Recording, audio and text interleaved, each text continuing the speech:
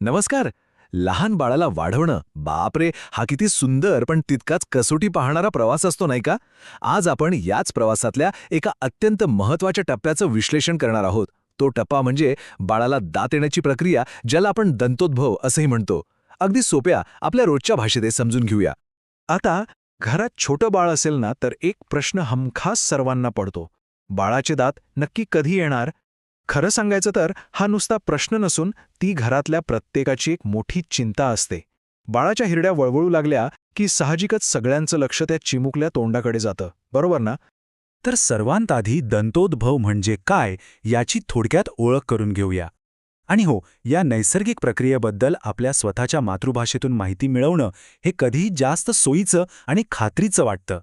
या विश्लेषणाचे दोन मुख्य भाग आहेत. एक म्हणजे हे दात येण्याची नेमकी वेळ कोणती याचा अंदाज घेणं, आणि दुसरं म्हणजे मातांसाठी काही अत्यंत सोपे, घरगुती आणि हमखास काम करणारे उपाय पाहणं. दात कधी येतील या अनिश्चिततेमुळे जी धाकधूक असते ना, ती दूर करण्यासाठी हे अत्यंत महत्त्वाचं आहे.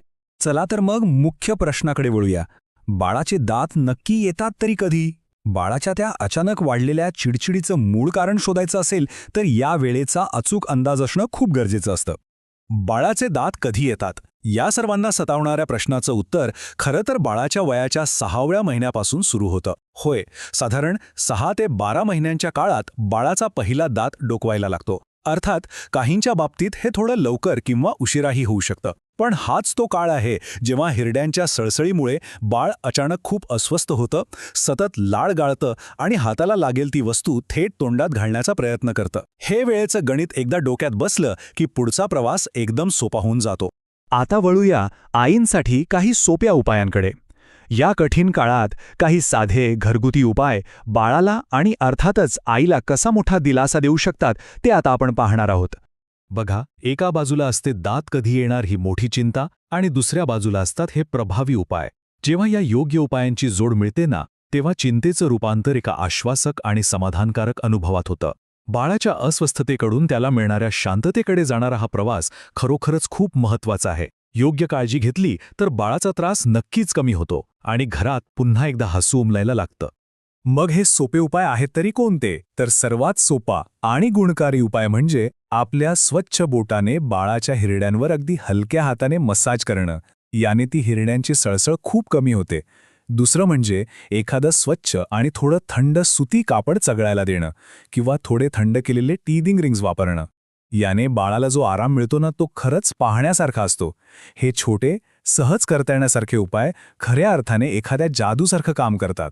या सगळ्या स्पष्टीकरणातून एक अत्यंत महत्त्वाची गोष्ट अधोरेखित होते, ती म्हणजे मातृभाषेतून मिळणारी माहिती नेहमीच जास्त जवळची वाटते. बाळाला दात येणं हे जगातल्या प्रत्येक मुलाच्या बाबतीत घडतं. हे एक अगदी सार्वत्रिक आव्हान आहे.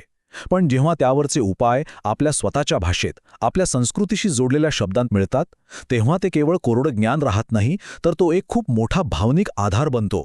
जाता जाता एका गोष्टीवर नक्की विचार करायला हवा. आपलं हे स्थानिक आणि सांस्कृतिक शहाणपण लहान मुलांना वाढवण्यासारख्या या सार्वत्रिक प्रवासाला कसा सुंदर आकार देतं, नाही का? प्रत्येक बाळ या दात येण्याच्या प्रक्रियेतून जातच असतं, पण त्याला सामोरं जाण्याची प्रत्येक भाषेची, प्रत्येक संस्कृतीची आपली अशी एक वेगळी आणि आपुलकीची पद्धत असते. यावर नक्की विचार व्हायला हवा. याच विचारासोबत आज आपण इथेच थांबूया. पुन्हा भेटूया अशाच एका नव्या विश्लेषणासह.